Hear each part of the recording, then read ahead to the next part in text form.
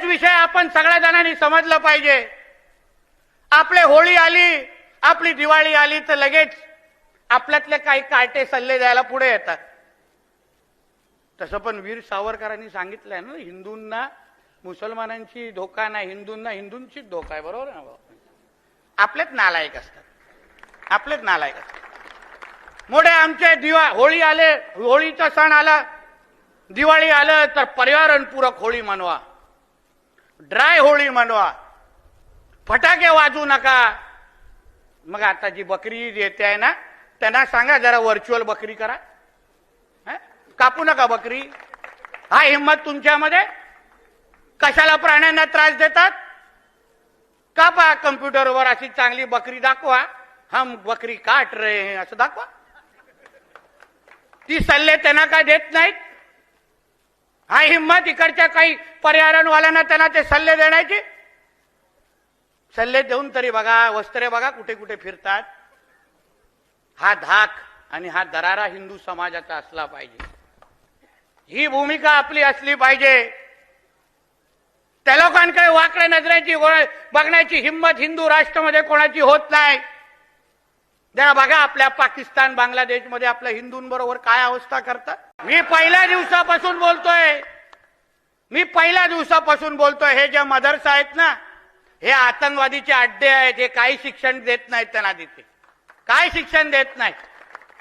जरा धाड मारली कधी आमच्या पोलिसांना पण सांगतो, करा जोरदार काम. हिंदुत्ववादी विचाराच्या सरकार असताना करा, धाड मारा अशा मदरसांमध्ये. नाही तुम्हाला मेडल मिळवलं ना तर नावाचं नितेश राणे नाही, लक्षात घ्या. नावाचं नितेश राणे नाही. धाडच दाखवा, हो धाडच दाखवा.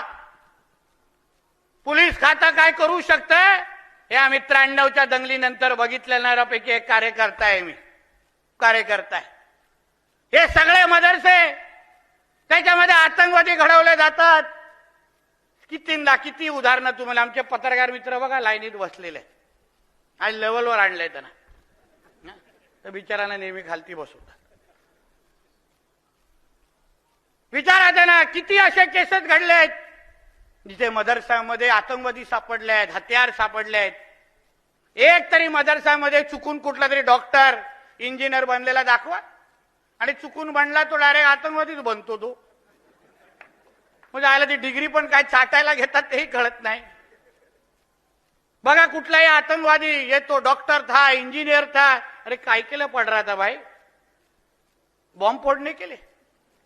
त्याच्या मदरसामध्ये कसं चर्चा होतो, ऐसा बेटा थोड़ा इस बार बड़ा वाला बॉम्ब बनाना, पिछले बैच ने ना छोटा वाला बनाया था. हे ऐसे यांची शिक्षण. येताना आमचा मोरे दाखवत होता एक एक शिक्षण संस्था.